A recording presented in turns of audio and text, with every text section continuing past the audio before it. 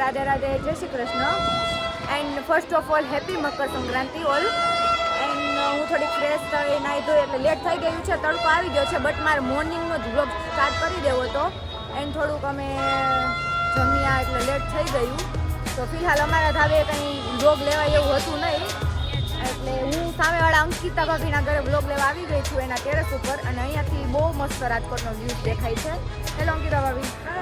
હા આજે નાના કાગળિયા. અને આ છે વૈષ્ણવી, તો તમને ખબર જ હશે કે તેનો લેતી જ હોય. ક્યાં વૈષ્ણવી બિચારી કંઈ બોલી ન શકતી અને દાઢ કઢેલી ને એટલે તો મેં કીધું. એટલે બધા પતંગ ચગાવે છે. અને મોર્નિંગમાં તો બહુ કંઈ ચગતી નહોતી, પણ અત્યારે બહુ જ પતંગ ચગે છે. મને એટલો શોખ છે પતંગ ચગાવવાનો, એટલે હું એ જ પતંગ ચગાવીશ અને તમને બતાવીશ કે મને કેવી આવડે છે પતંગ ચગાવતા.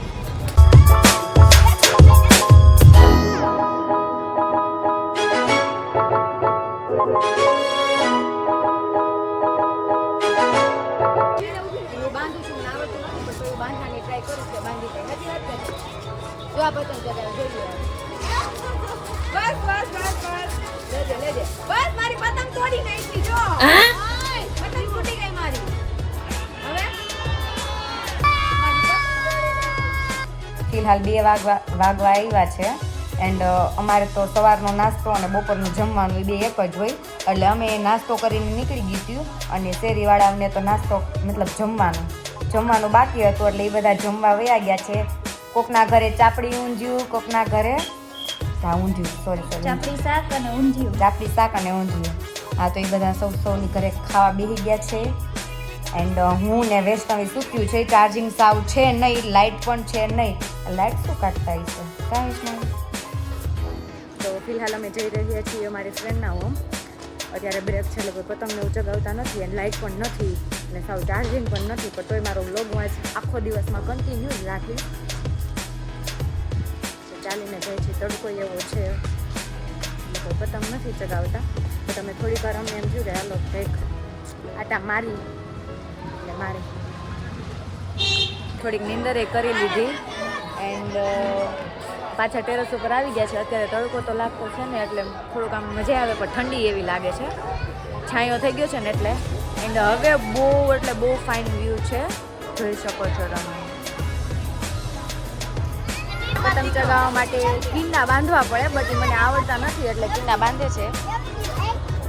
એ ફિરકી પકડ કે બેઠે છે, और ये तो એમનો મેં બેઠી છે. ફિલહાલ હું પતંગ ચગાવું અને શોખ છે એટલે જો અત્યારે હવે જેટલી પતંગો ચગે છે ને એ દેખાય છે. આખું આકાશ ઘેરાઈ ગયું છે, એટલે છાયામાં મજા આવે છે.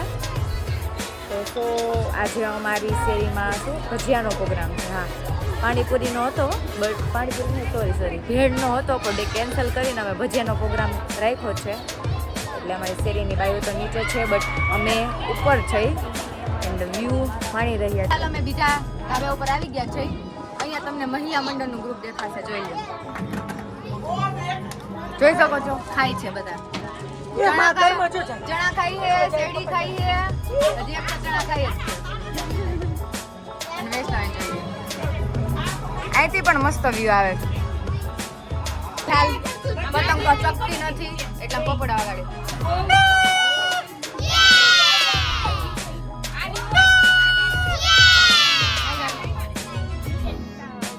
એ તો દાઢ જ બતાવે છે.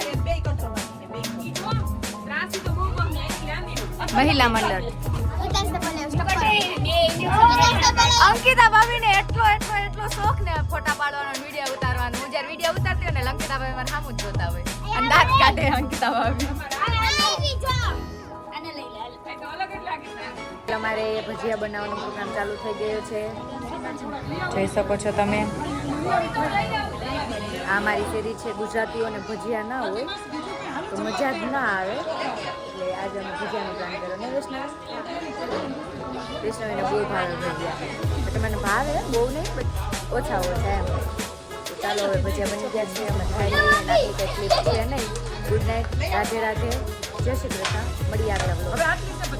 બચ્ચા પાર્ટી ખાવા બેસી ગઈ છે, એમાં વૈષ્ણવી પણ આવે છે, જોઈ શકો.